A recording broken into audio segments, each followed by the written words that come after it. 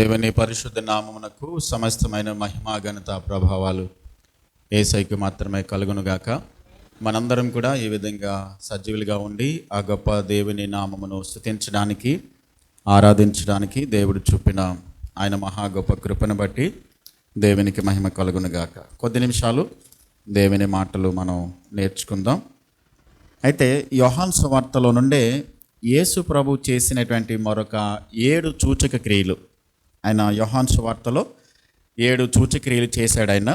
అవేంటో మనం కొన్ని వారాల పాటు ధ్యానం చేద్దాం ఒక్కొక్కటి.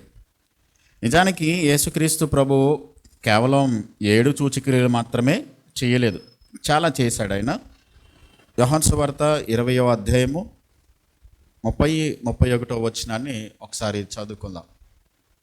యోహాను సువార్త 20వ అధ్యాయము 30-31 వచనాల్లో ఇలా రాయబడింది. మరియు అనేకమైన ఇతర సూచక్రియలను యేసు తన శిష్యుల ఎదుట చేసెను.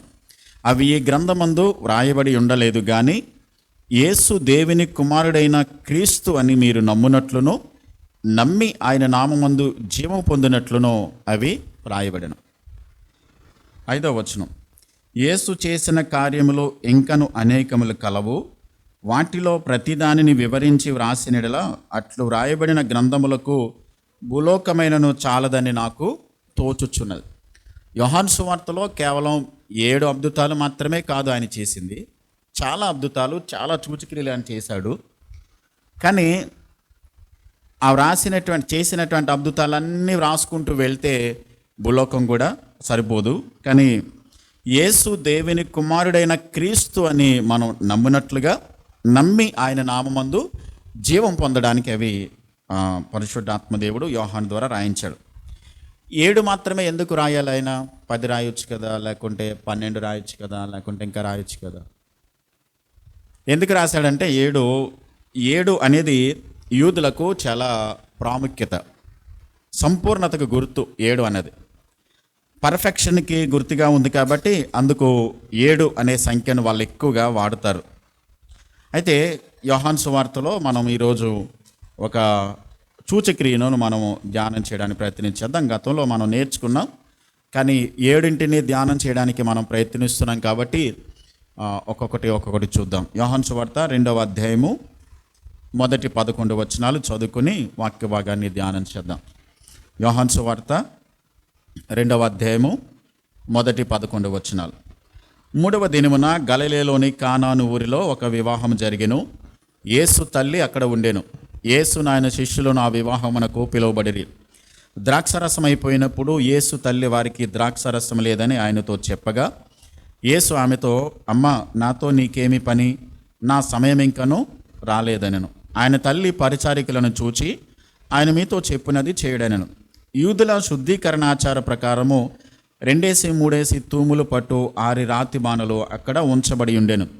యేసు ఆ బాణలు నీళ్లతో నింపుడని వారితో చెప్పగా, వారు వాటిని అంచుల మట్టుకు నింపిరి.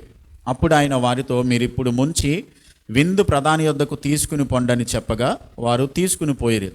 ఆ ద్రాక్షరసం ఎక్కడి నుండి వచ్చినో ఆ నీళ్లు ముంచుకొని తీసుకుని పోయిన పరిచారకులకే తెలిసినది, కానీ విందు ప్రధానికి తెలియకపోయాను గనుక ద్రాక్షారసమైన ఆ నీళ్లు రుచి చూచినప్పుడు ఆ విందు ప్రధాని పెండ్లి కుమారుని పిలిచి, ప్రతివాడును మొదట మంచి ద్రాక్షారసమును పోసి జనులు మత్తుగా ఉన్నప్పుడు జబ్బురసము పోయెను.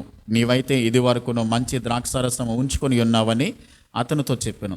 గలిలయలోని కానాలో యేసు ఈ మొదటి సూచక్రియను చేసి తన మహిమను బయలుపరిచెను. అందువలన ఆయన శిష్యులు ఆయన యందు విశ్వాసం ఉంచిరి. ప్రార్థన చేద్దాం. ప్రేమ కలిగిన మా ప్రియ కన్నతండ్రి, పరిశుద్ధ దేవుడవు, పరిశుద్ధ దూతలతో నిత్యము స్తుతింపబడుతూ ఆరాధింపబడుతున్నటువంటి మహోన్నతుడా, మీకు స్తోత్రాలు ప్రభా. ఇంతవరకు మీ నామమును పాటల ద్వారా స్తుతించడానికి కృపనిచ్చారు ప్రభా. ఈ సమయంలో కొద్ది నిమిషాలు మీ వాక్యం నేర్చుకోవడానికి మీ పాద సన్నిధికి మేము వస్తూ ఉండగా, మీ వాక్యము ద్వారా మాతో మాట్లాడండి. మీ వాక్యము మమ్మలను బ్రతికిస్తుంది, మీ వాక్యము మమ్మలను జీవింపచేస్తుంది. మా జీవితాలను నిత్య దీవమునకు నడిపించగలిగినటువంటి మీ యొక్క వాక్యము ద్వారా మమ్మలను దర్శించండి ప్రభా. మీరు భూమి మీద ఉన్నప్పుడు చేసినటువంటి అనేకమైన సూచక క్రియలు, మహత్కార్యాలు, అద్భుతాలు, నాయన స్వస్థతలు ఎన్నో మీరు జరిగించారు.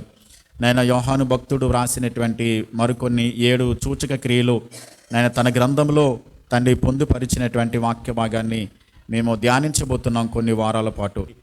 ఒక్కొక్క అద్భుతం ద్వారా, ఒక్కొక్క సూచక క్రియ ద్వారా మీరు ఏమేమి పాఠాలు మాకు నేర్పించడానికి మీరు ఇష్టపడుతున్నారో వాటిని మాకు నేర్పించండి. మా జీవితాన్ని వాక్యం అనేటువంటి అద్దము ద్వారా సరిచూచుకుని సరిదిద్దుకుని వాక్య క్రమంలో మేము నడుచుకోవడానికి మీ కృపనివ్వండి.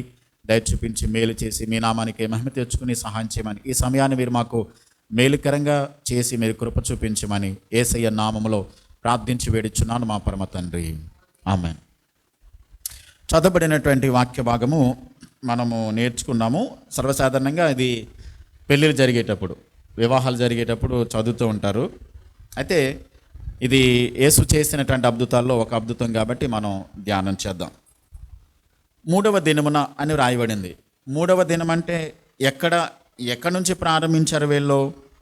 మొదటి అధ్యాయము 29వ వచనములో మరునాడు యోహాను యేసు తన యొద్దకు రాగా, ఇది మొదటి రోజు అనమాట. అంటే యేసుక్రీస్తు ప్రభువు పరిచర్య ప్రారంభించినటువంటి మొట్టమొదటి రోజు. మరలా 35వ వచనములో మరునాడు మరలా యేసును యోహానును అతని శిష్యులలో 2 నిలిచుండగా, ఇది 2వ రోజు. 3వ రోజు అంటే 43వ వచనం, మరునాడు ఆయన గలిలయకు వెళ్ళగోరి ఫిలిప్పును కనుగొని, ఇది 3వ రోజు. నతనయేలుతో ఫిలిప్పుతో మాట్లాడుతున్న సందర్భంలోనే అది కంటిన్యూషన్లోనే 2వ అధ్యాయము మొదటి వచనంలో 3వ దినం అని రాయబడింది. అంటే మొదటి దినము ఎప్పుడు? యోహాను యేసును తన యొద్దకు రాగా మాట్లాడినటువంటి సందర్భము. రెండవది యోహాను తన శిష్యులో 2 నిలిచుండగా మాట్లాడినది, అది 2వ రోజు. 3వ రోజు ఎక్కడనంటే ఫిలిప్పు అలాగే నతనయేలుతో మాట్లాడుతున్న సందర్భంలో, అదే సందర్భంలో కంటిన్యూ అవుతుందన్నమాట. ఈ కానా వివాహంలో జరిగినటువంటి అదే రోజు మరొక సన్నివేశము, అది 3వ రోజు. కాబట్టి 3వ రోజు అని అంటే అది కంటిన్యూషన్. గలిలయలో కానా అనేటువంటి ఊరిలో ఒక వివాహము జరిగింది. ఆ వివాహానికి ఎవరెవరు పిలువబడ్డారు? యేసుక్రీస్తు, ఆయన శిష్యులు కూడా పిలువబడ్డారు. అంటే ఈయన అప్పటికే పరిచర్యను ప్రారంభించి 3వ రోజు అయ్యింది, పరిచర్య కొనసాగుతూ ఉంది. అయితే ఆ వివాహానికి పిలువబడ్డారంటే మనం అనుకోవచ్చు ఖచ్చితంగా వాళ్ళకి దగ్గర వాళ్ళ అయి ఉండొచ్చు.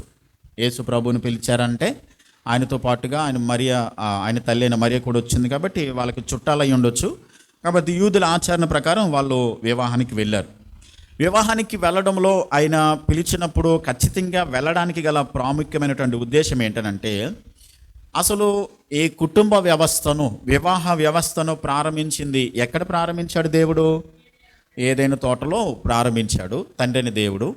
కాబట్టి వివాహానికి ఆయన ప్రాముఖ్యతనిచ్చి 2ని జతపరిచి ఆదాము నవ్వను వారిని ఒక కుటుంబంగా ఏర్పాటు చేశాడు. మొదటి వివాహం చేశాడు. ఆ వివాహంలో ఖచ్చితంగా యేసుక్రీస్తు ప్రభు థియోఫనీగా ఉన్నటువంటి ఈయన కూడా ఉన్నాడు. అయితే భూమి మీదకి వచ్చినప్పుడు వివాహ వ్యవస్థకు లేకుంటే కుటుంబ వ్యవస్థకు ఎంత ప్రాధాన్యత ఇస్తాడో దేవుడు అన్నదానికి గుర్తుగా మొట్టమొదటి సూచిక కూడా ఎక్కడ చేశాడు? ఈయన వివాహంలోనే చేశాడు.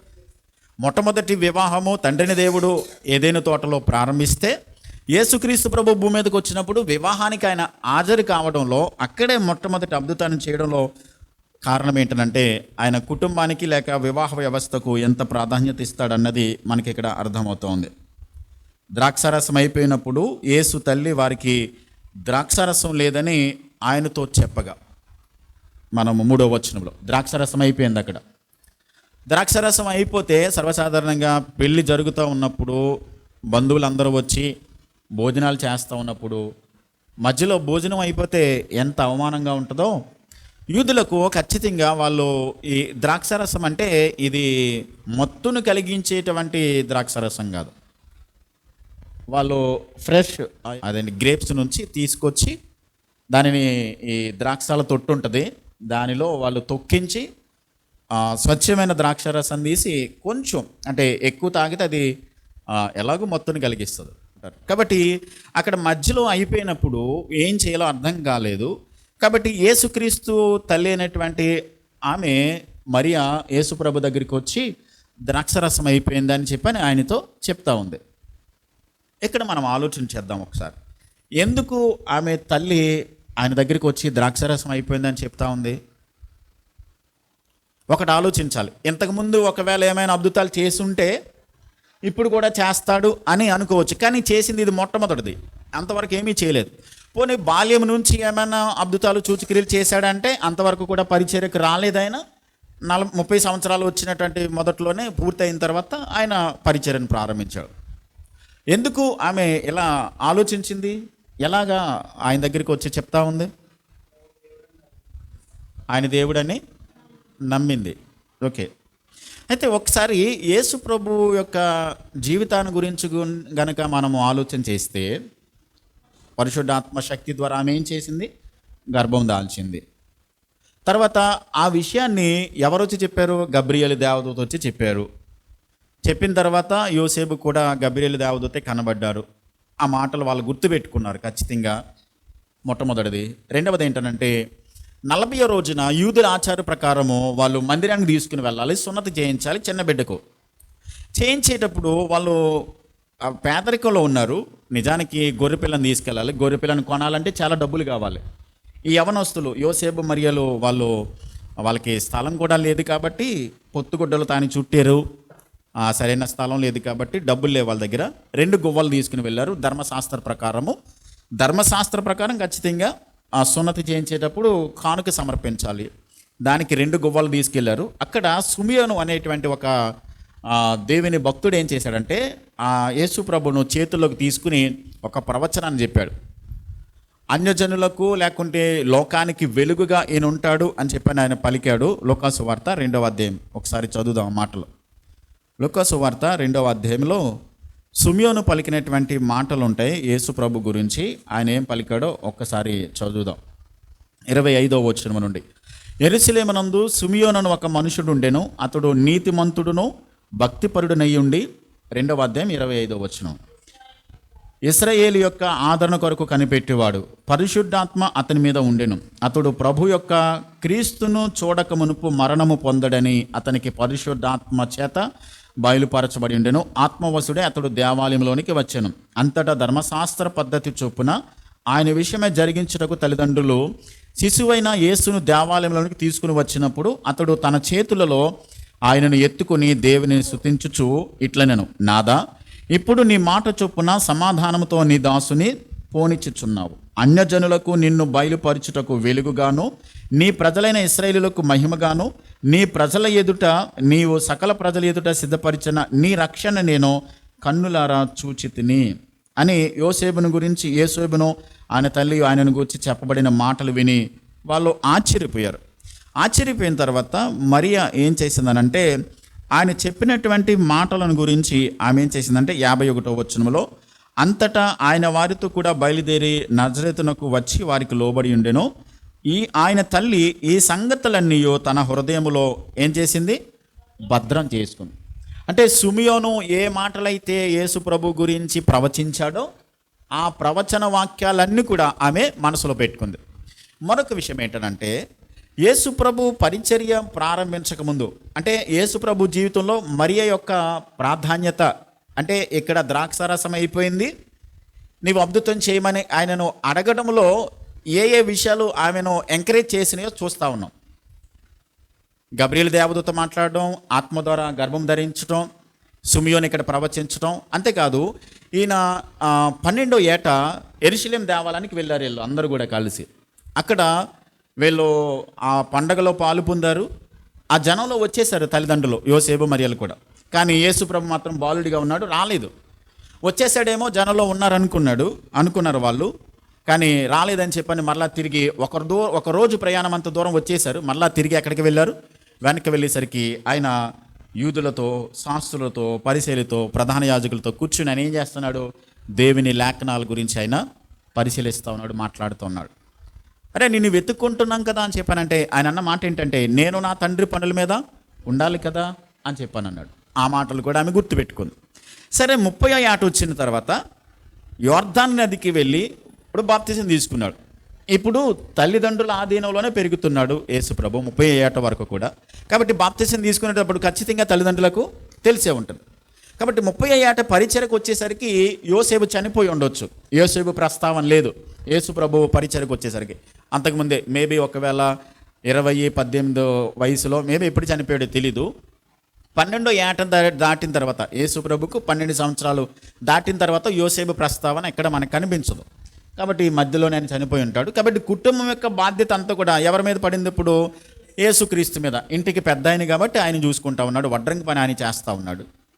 సరే, ఇప్పుడు 30వ ఏట వచ్చినప్పుడు బాప్తిసం పొందడానికి వెళ్ళినప్పుడు బాప్తిసం ఇచ్చి యోహాను యేసు ప్రభు గురించి మాట్లాడినటువంటి మాట ఏంటనంటే, మొదటి అధ్యాయం 29వ వచనంలో, ఇదిగో లోక పాపములను మోసుకుని పోవు దేవుని గొర్రెపిల్ల అని యోహాను మాట్లాడినప్పుడు ఖచ్చితంగా మరి అక్కడ ఉండుంటుంది.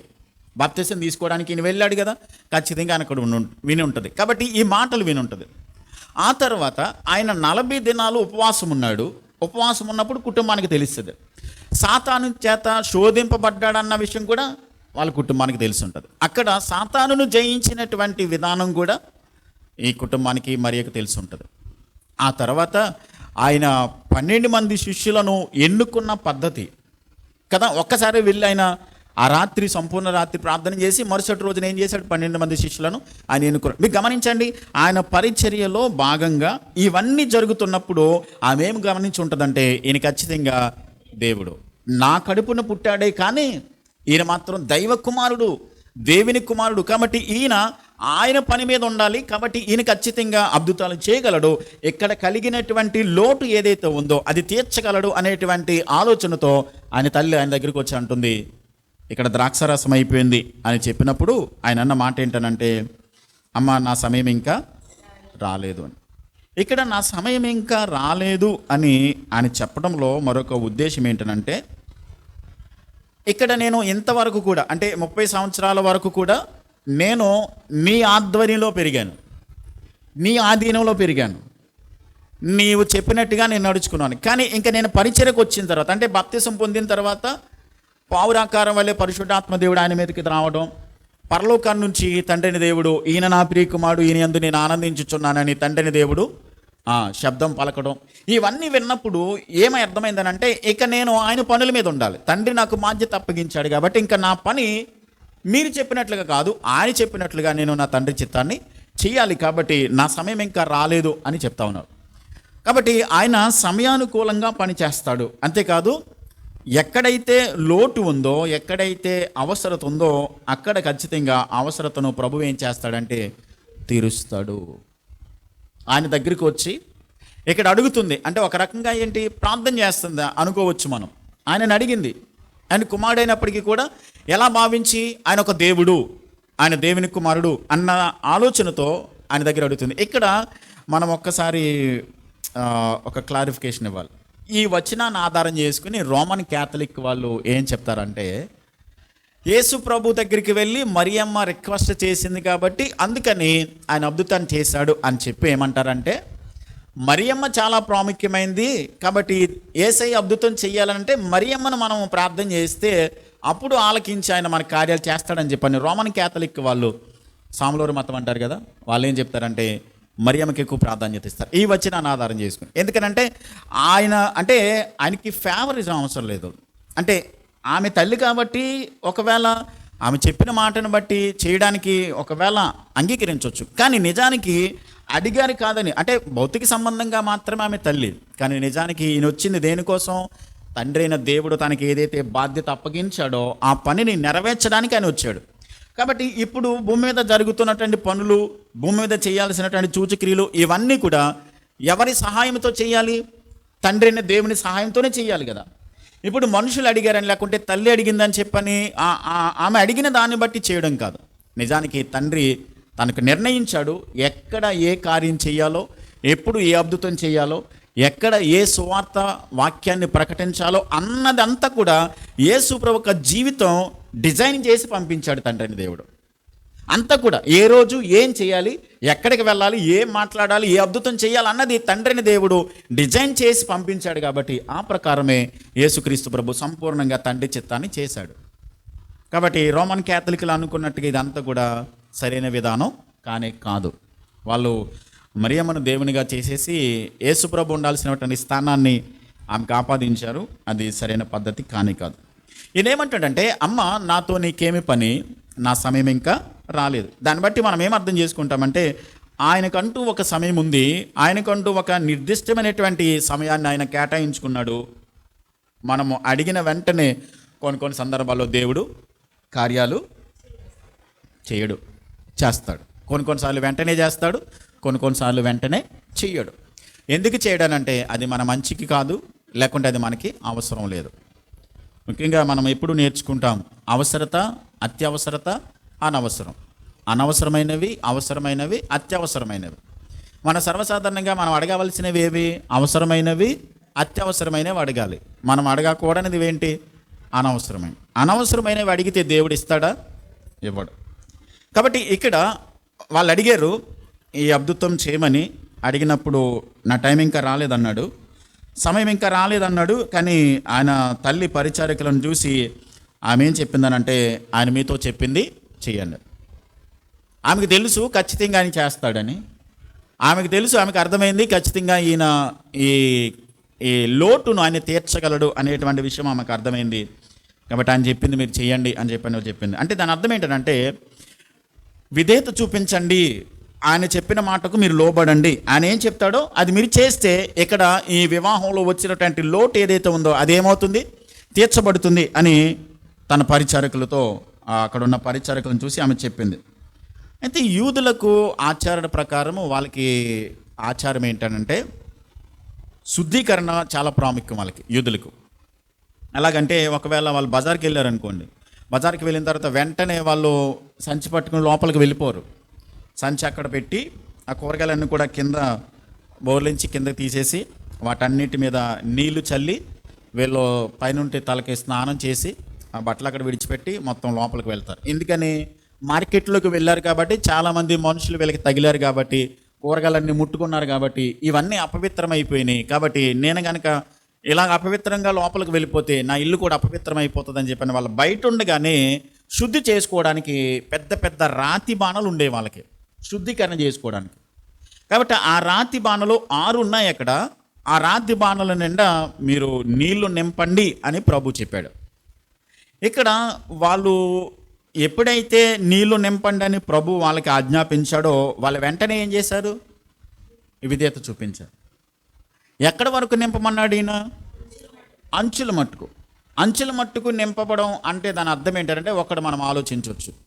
ఒకవేళ కొంచెమే నింపారనుకోండి, అందులో ఏదైనా కలపవచ్చు, కలపడానికి అవకాశం ఉంది. అంచుల వరకు నింపేస్తే ఏది కూడా అందులో కలపడానికి కుదరదు. అంటే ఆయన చేసే కార్యం ఎట్లా ఉంటుందంటే సంపూర్ణంగా ఉంటుంది. ఏదో యాడ్ చేస్తే అవుతుంది, ఏదో కలిపితే జరుగుతుంది అన్నది కాదు. ఆయన ఒక కార్యాన్ని చేస్తే అది పర్ఫెక్ట్గా చేస్తాడు, కంప్లీట్గా చేస్తాడు అన్నట్టుగా అంచుల మట్టుకు నింపేసేయండి అని అన్నాడు. వీళ్ళు ప్రభు చెప్పిన మాటకు ఏం చేశారు? వీళ్ళు విధేయత చూపించారు. మరి ఏమంది? ఆయన చెప్పిన మాట ప్రకారం మీరు చేయండి అని చెప్పింది, విధేయత చూపించమన్నది.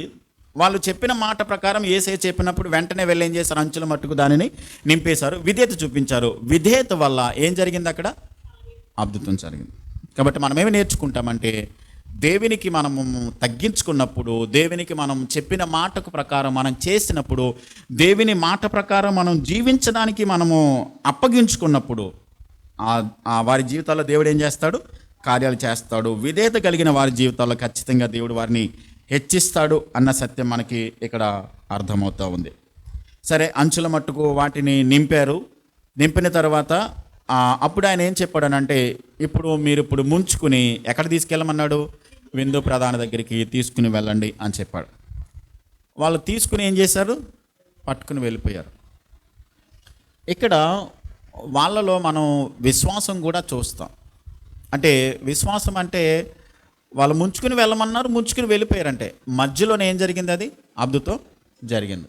వాళ్ళు పట్టుకుని వెళ్ళారు, విధేయత చూపించారు అని చెప్పిన మాటకు వెంటనే అక్కడ అద్భుతం జరిగింది. వాళ్ళు పట్టుకుని వెళ్ళారు. పట్టుకుని వెళ్తున్నప్పుడు వీళ్ళు ఏం ముంచుకుని వెళ్తున్నారు? వీళ్ళు వాటర్ ముంచుకుని వెళ్తున్నారు, నీళ్ళే ముంచుకుని వెళ్తున్నారు. కానీ అక్కడికి వెళ్ళేసరికి ఏం జరుగుతుంది? ఏం పట్టుకెళ్తున్నారు? ద్రాక్షరసం. నీళ్ళే ముంచుకుని పట్టుకెళ్తున్నారు, కానీ అక్కడికి వెళ్ళేసరికి ద్రాక్షరసం అవుతుంది. అప్పుడు విందు ప్రధాని, అంటే వాళ్ళకు ఈ ఈవెంట్ మేనేజర్స్ ఉంటారు కదా, విందు ప్రధాని పెళ్లి కుమారుని పిలిచాను అంటున్నాడు. అయ్యా, నువ్వు సర్వసాధారణంగా అందరూ మత్తుగా ఉన్నప్పుడు జబ్బు రసం పోస్తారు, నువ్వేమో మంచి ద్రాక్ష రసం ఉంచుకుని మొట్టమొదట జబ్బు రసం పోసావు. అంటే ఇక్కడ ఏమన్నాడంటే చాలా టేస్ట్గా ఉంది, చాలా రుచికరంగా ఉంది. ఎలాంటి రుచికరమైనటువంటి ద్రాక్ష రసాన్ని మధ్యలో అయిపోయినప్పుడు ఎక్కడ తెచ్చావు? చూడండి, ఇప్పుడు ద్రాక్ష రసం అయిపోయింది అనుకోండి, ద్రాక్ష తోటకు వెళ్ళాలి, కాయలు కొయ్యాలి, ద్రాక్ష తొట్టులో వేయాలి, దానిని రసం పిండాలి, పట్టుకుని రావాలి, చాలా టైం పడుతుంది. ఈలోపు తిని వెళ్ళిపోయే వాళ్ళు కూడా వెళ్ళిపోతారు, వివాహానికి వచ్చిన వాళ్ళు అంతసేపు ఆగరు. ఈవెన్ ఒకవేళ కొనాలన్నా కానీ తీసుకుని రావడానికి వెళ్ళి తేవడానికి కూడా చాలా టైం పడుతుంది. కానీ ఎక్కడ లోటు రాగానే పర్ఫెక్ట్ టైంలో, ఖచ్చితమైనటువంటి సందర్భంలో అక్కడ ఏది అవసరమో ఏ సమయానికి యేసయ్య ఆ వివాహంలో ఉన్నాడు కాబట్టి ఆ కార్యాన్ని ప్రభు ఏం చేశాడు? జరిగించాడు. వీళ్ళ నీళ్లు ముంచుకుని వెళ్తున్నారు, మధ్యలో అవి ఏమవుతుంది? ద్రాక్షారసంగా, వైన్గా మార్చబడింది. వాళ్ళు పట్టుకుని వెళ్ళారు. వెళ్ళిన తర్వాత అది చాలా రుచికరంగా, ఆ విందు ప్రధాని పెండ్లి కుమారుని పిలిచి అడుగుతున్నాడు, ప్రతివాడు మొదట మంచి ద్రాక్షారసం పోసి జనులు మత్తుగా ఉన్నప్పుడు, అంటే ఎక్కువ త్రాగినప్పుడు ఏమవుతుంది? అది ఆటోమేటిక్గా ద్రాక్షారసం మత్తుని కలిగిస్తుంది. కాబట్టి జబ్బు రసం పోస్తారు, నీవైతే ఇదివరకు మంచి ద్రాక్షారసం ఉంచుకుని ఉన్నావని చెప్పాడు. గలిలయలో యేసు ఈ మొదటి సూచక్రియను చేసి ఏం చేశాడు? ఆయన నామాన్ని మహిమ తెచ్చే విధంగా ఈ కార్యం చేయడం ద్వారా శిష్యులు ఆయన యందు ఏముంచారు? విశ్వాసం ఉంచారు. అంటే అంతవరకు ఎలాంటి అద్భుతం జరగలేదు, ఇలాంటి అద్భుతం ఎప్పుడూ చూడలేదు. వాళ్ళు కేవలం యేసు ప్రభు యొక్క శిష్యరికంలో శిష్యులుగా పనిచేయడానికి మాత్రమే వారు చేర్చబడ్డారు. ప్రభు వాళ్ళని చేర్చుకున్నాడు, ఎలాంటి అద్భుతం కూడా చేయలేదు. ఆ సముద్రం దగ్గర వాళ్ళతో చెప్పిన మాట ఏంటంటే, మీరు రండి, నేను మనుషులను పట్టే జాలరులుగా చేస్తానని చెప్పి మాత్రమే పిలిచాడు వాళ్ళని. ఎప్పుడైతే మనుషులను పట్టే జాలరులు చేస్తానని చెప్పని అన్నాడో, తమ వలలు వాళ్ళు విడిచిపెట్టేసి యేసయ్యను వెంబడించారు. యేసయ్యను వెంబడించినటువంటి ఈ వివాహానికి వచ్చినటువంటి మొట్టమొదటిసారే యేసయ్య ఇలాంటి అద్భుతాన్ని చేసినప్పుడు, అరే వాటర్గా ఉన్న దీనిని యేసయ్య ఇంత అద్భుతంగా ద్రాక్షరసంగా మార్చాడే అని చాలా అద్భుతంగా వాళ్ళకి అనిపించింది. గొప్ప కార్యం చూశారు వాళ్ళు. ఆయనందు ఏం చేశారు? శిష్యులు విశ్వాసం ఉంచారు. అంటే ఇక్కడ మనం ఆలోచన చేస్తే, ఇక్కడ అద్భుతం జరగడానికి యేసయ్య ఆ వివాహంలో ఉన్నాడు కాబట్టి, రెండవది అక్కడ అవసరత రాగానే మరియ వెళ్ళి యేసయ్యను అడిగింది కాబట్టి, అంటే అదొక ప్రార్థనగా మనం అనుకున్నట్లయితే, రెండవది వాళ్ళు యేసయ్య చెప్పినటువంటి మాట ప్రకారం వాళ్ళు విధేయత చూపించారు కాబట్టి, అంచుల మట్టుకు నింపమన్నప్పుడు అంచుల మట్టుకు నీటిని నింపారు కాబట్టి. అంతేకాదు ఆ వివాహంలో ఆ లోటుని తీర్చడానికి ఆయన కలుగ చేసుకుని అక్కడ విందు ప్రధానికి కానీ పెండ్లి కుమారునికి కానీ ఏ విధమైనటువంటి అవమానం కలగకుండా, లోటు కనబడుకోకుండా. ఇప్పుడు వివాహం అయిన తర్వాత ఒకవేళ లోటు కనిపించింది అనుకోండి, ఆ భార్య భర్తలు బ్రతుకున్నంత కాలం కూడా మాట్లాడుకుంటారు కదా, నీ పెళ్ళికి మేము వచ్చాం కానీ కనీసం ద్రాక్షారసం కూడా మాకు పోయలేదు, మధ్యలో అయిపోయిందని ఆ చెడ్డ పేరు వాళ్ళు బ్రతుకున్నంత కాలం కూడా మాట్లాడతారు. కానీ అలాంటి అవమానం కూడా కలగకుండా, ఆ లోటు లేకోకుండా ప్రభు వాళ్ళ మధ్య నుండి వాళ్ళకి ఏం చేశాడు? అద్భుతాన్ని జరిగించాడు. ఒక రకంగా ఆ పెండ్లి కుమారుడికి పెండ్లి కుమార్తెకి కూడా దేవుడు ఏం చేశాడంటే ఘనత తెచ్చే విధంగా. మనం ఎప్పుడైనా అనుకుంటాం, మనం గమనించవలసింది ఏంటంటే, ఎప్పుడైతే విధేయత ఉంటుందో, అదే చదువుకుంటాం కదా, తన్ను తాను తగ్గించుకున్నవాడు హెచ్చించబడతాడు. ఘనతకు ముందు ఏముంటుంది? వినయం ఉంటుంది. వినయం అనేది ఎప్పుడు ఉంటుందో అప్పుడు ఏమొస్తుంది? ఘనత వస్తుంది. ఈ శిష్యులు అంటే అక్కడ ఉన్న పరిచారకులు ఆయన చెప్పిన మాటకు లోబడ్డారు కాబట్టి ఆ పెండ్లిలో దేవుడు అద్భుతం చేయడం వల్ల ఎవరికి ఘనత కలిగింది? వాళ్ళకు కూడా ఆ అవమానం కూడా తీసివేయబడింది. యేసయ్యకు మహిమ వచ్చింది. ఎందుకంటే ఆయన అద్భుతం చేశాడు కాబట్టి, ఈయన దేవుని కుమారుడు, ఈయన అద్భుతాలు చేయగలడు, ఈయన సమస్తమును కూడా చేయగలిగినటువంటి సమర్థత కలిగినవాడు. అంతవరకు ఎప్పుడు వినలేదు అలాంటి అద్భుతాన్ని, అంతవరకు ఎప్పుడు వాళ్ళు చూడలేదు. అదే మొట్టమొదటి సూచక్రియ కాబట్టి చూశారు. కాబట్టి ఆయన దేవుని కుమారుడని, ఆయన కార్యములు చేయగలిగినటువంటి గొప్పవాడని అప్పుడు వాళ్ళకి అర్థమయ్యింది. ఆయన నామము అంతా కూడా ఏమైంది? ఇక్కడ మనం చదువుకున్న 11వ వచనంలో, యేసు ఈ మొదటి సూచక క్రియను చేసి తన మహిమను ఏం చేశాడు? ఆయన బయలుపరిచాడు. అంటే ఆయన ఎంత శక్తిమంతుడో, పరిస్థితుల మీద ఆయనకి ఎలాంటి అధికారం ఉందో, ఆయన ఏదైనా చేయగలడు అన్న సత్యము వాళ్ళకి అర్థం కావడానికి దేవుని మహిమ, దేవుని యొక్క ఆయన యొక్క కార్యము ఎంత గొప్పదో అక్కడ వాళ్ళకి అర్థమయ్యే విధంగా దాన్ని ఏం చేశాడు? ఆయన బయలుపరిచాడు. తద్వారా శిష్యులు ఆయన ఏమేం చేశారు? ఆయనందు విశ్వాసం ఉంచారు. తద్వారా దేవుని నామమునకు మహిమ కలిగింది.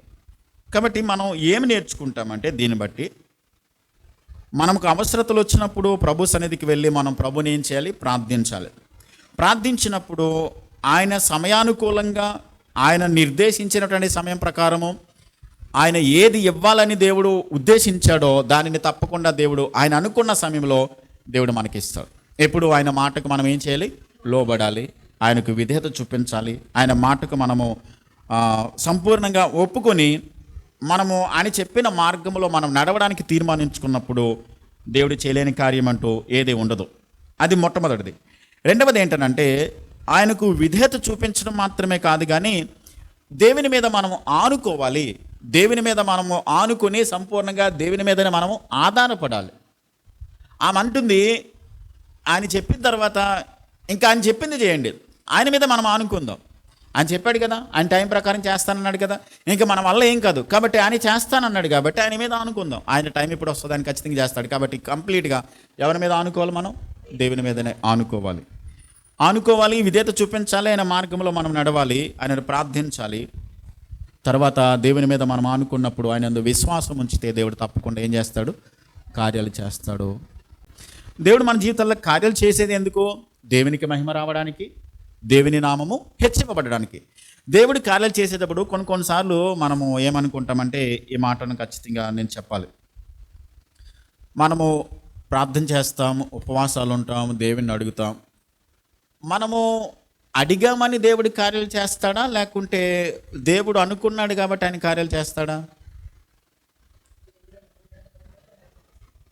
దేవుణ్ణి మనము అడిగాము కాబట్టి కార్యాలు చేస్తాడా? అంటే మనం ప్రార్థన చేశాం కాబట్టి, మనం అడిగాం కాబట్టి దేవుడు చేస్తాడా, లేకుంటే తన కృపను బట్టి దేవుడి కార్యాలు చేస్తాడా? తన కృపను బట్టి, తాను నిర్దేశించినటువంటి దానిని బట్టి. అంటే చాలాసార్లు ఏమవుతుందనంటే, పలానా వాళ్ళు ప్రార్థన చేశారు కాబట్టి కార్యం జరిగింది, పలానా వాళ్ళు ప్రార్థన చేశారు కాబట్టి ఇది జరిగిందని మనము దేవుని మీద, దేవుని కృప ద్వారా జరిగినటువంటి కార్యాల మీద, దేవుని మీద దృష్టి ఉంచుకోకుండా మనుషులు చేశారు కాబట్టి, మనుషులు ప్రార్థన చేశారు కాబట్టి, ఆయన ప్రార్థన చేశారు కాబట్టి కార్యం జరిగిందని ఆ మహిమని ఎవరికి ఆపాదిస్తున్నాం? మనం మనుషులకు ఆపాదిస్తున్నాం. అంటే మనం ఏమనుకుంటాం? మన ప్రార్థన, మన భక్తి, మన యొక్క విశ్వాసము దేవునిని కదిలించి కార్యాలు చేసిందని అంటాం. కానీ నిజానికి మనం ప్రార్థన చేయాలి, మనం దేవుని అడగాలి, కానీ కార్యం చేసేది ఎవరు? దేవుడు తన కృపను బట్టి చేస్తాడు. అంటే దాని అర్థం ఏంటంటే, మనం ఏదో చేసామని దేవుడి కార్యాలు చేయడం కాదు. ఆయన నిర్దేశించాడు కాబట్టి, ఆయన అనుకున్నాడు కాబట్టి, ఆయన మన జీవితాలలో విశ్వాసాన్ని మనలో కలిగించి ఆ కార్యాలు దేవుడు జరిగిస్తాడు. కాబట్టి కార్యం జరిగినప్పుడు వచ్చినటువంటి కార్యం జరిగిన దానిని బట్టి ఆ మహిమనంతా ఎవరికి ఆపాదించాలి? మనం దేవునికి మాత్రమే. మనుషులకు కానీ, మనుషులు చేశారు కాబట్టి, మనుషులు ప్రార్థన చేశారు కాబట్టి, మనం ఉపవాసం ఉండి అడిగాం కాబట్టి ఇవేమీ కాదు. అంటే ఇక్కడ ఏంటంటే, మన క్రియల వలన, మన నీతి వలన, మన సొంత పనుల వలన మనము దేవునిని ఎప్పుడూ మెప్పించలేము. మన సొంత క్రియలు, మన సొంత నిర్ణయాల వల్ల దేవుని నామమునికి ఎప్పుడు మహిమ తీసుకొని రాలేము.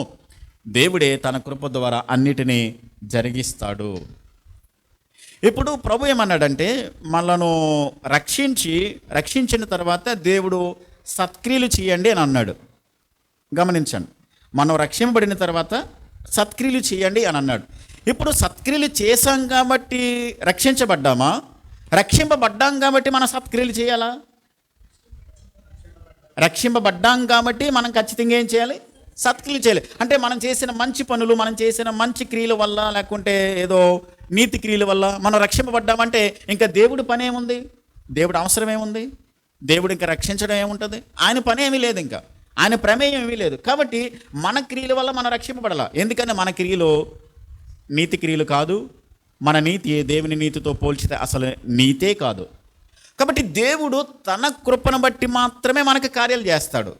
కేవలం ఆయన కనికరమును బట్టే దేవుడు మన పట్ల మేలు చేస్తాడు. అంటే మనం ఏదో చేశామని కాదు. మనల్ని ప్రభు రక్షించాడు కాబట్టి, మనల్ని నిత్య దేవానికి వారసులుగా చేశాడు కాబట్టి మనం ఏం చేయాలి? నీతి క్రియలు, మంచి క్రియలు జరిగించాలి. దానివల్ల దేవుడు మనకేమిస్తాడు? బహుమానాన్ని ప్రభువిస్తాడు. కాబట్టి ఇక్కడ ఏంటనంటే, వాళ్ళు ఏదో చేశారని ఇక్కడ కార్యం చేయడం కాదు. దేవుడు అనుకున్నాడు, దేవుడు కార్యం చేయాలని అనుకున్నాడు. కాబట్టి అక్కడ దేవునికి మహిమ తీసుకుని రావాలని ఆయన ఉద్దేశించాడు. కాబట్టి ఆయన మహిమను బయలుపరచడానికి అక్కడ లోటు ఉంది కాబట్టి ఆయన ఏం చేశాడు? కార్యాన్ని చేశాడు. కాబట్టి ఇప్పుడు ఏమందాం మనం? మరియం అడిగిందని చెప్పని కార్యం చేశాడు అందామా? లేకుంటే వాళ్ళు విధేయత చూపించారని చెప్పని మనం దేవుడి కార్యం చేశాడందామా? కాదు. ఆయన మహిమ బయలుపరచబడాలని దేవుడు ఉద్దేశించాడు. కాబట్టి ఇవన్నీ కూడా అంటే ఆయన మహిమ బయలుపరచబడడానికి ఆయన కార్యం చేయాలని నిర్ణయించుకున్నాడు. కాబట్టి వీళ్ళు అడగడం ద్వారా, వీళ్ళు విధేయత చూపించడం వల్ల ఈ కార్యం అంతా కూడా జరిగింది అని మనము ఉద్దేశించుకోవాలి. కాబట్టి మన జీవితాల్లో ఏ కార్యం జరిగినా సరే ఎవరికి మహిమ రావాలి? దేవునికి మాత్రమే. మనం ప్రార్థన చేస్తాం, దేవుని అడుగుతాం, అడగొద్దని కాదు, అడగకూడదని కాదు, కానీ ప్రాముఖ్యంగా దేవుడి కార్యం చేసినప్పుడు ఆ మహిమ దేవునికి మాత్రమే ఆపాదించాలి, దేవునికి మాత్రమే చెందే విధంగా ఉండాలి. దేవుడు ఎన్నో కార్యాలు చేస్తాడు. విధేయత, విశ్వాసము, దేవునికి లోబడడం, ఆయన మీద ఆనుకోవడం, ఆయన సమయం కొరకు మనం ఏం చేయడం? కనిపెట్టడం అన్నది మనం చేయాలి. అప్పుడు ఆయన సమయం ప్రకారం, నిర్దేశించిన ప్రకారము ఆయనకు మహిమ రావడానికి దేవుడి కార్యాలు చేస్తాడు. అలాంటి విశ్వాసంతో, నమ్మకంతో దేవుని మీద ఆధారపడదాం. అలాంటి కృప దేవాతి దేవుడు మనందరికీ అనుగ్రహించునుగాక. ఆమేన్.